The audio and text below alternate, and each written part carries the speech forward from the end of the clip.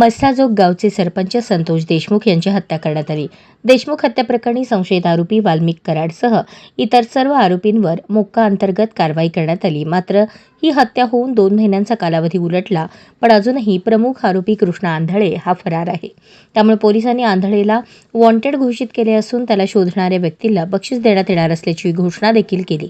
अशातच आता CCTV footage समोर आले आहे। या व्हिडिओमध्ये आरोपी आपली गाडी सोडून पोलिसांसमोरून पळताना दिसत आहे। देशमुख हत्या प्रकरणी धाराशिवच्या वाशी येथील आणखी एक सीसीटीव्ही व्हिडिओ समोर आला आहे। ज्या दिवशी संतोष देशमुख यांची हत्या झाली त्या दिवशी संध्याकाळी 7:10 हे सीसीटीव्ही फुटेज आहे। 18 सेकंदांच्या या व्हिडिओमध्ये दिसते की संतोष देशमुख हत्या प्रकरणातील हल्लेखोर काळ्या रंगाची गाडी सोडून रस्त्याने पळून जाताना दिसत आहे, कारण त्यांना आपण केलेल्या गुन्ह्याची जाणीव होती। त्यामुळे पोलीस पाठलाग करत असल्याने आरोपी पळत आहेत। देशमुख यांचा मृतदेह मारहाण झाल्यानंतर केजजवळील शिवारात फेकून देण्यात आला होता। ही हत्या केल्यानंतर आरोपी पसार झाले होते, त्याचाच हा व्हिडिओ समोर आला आहे।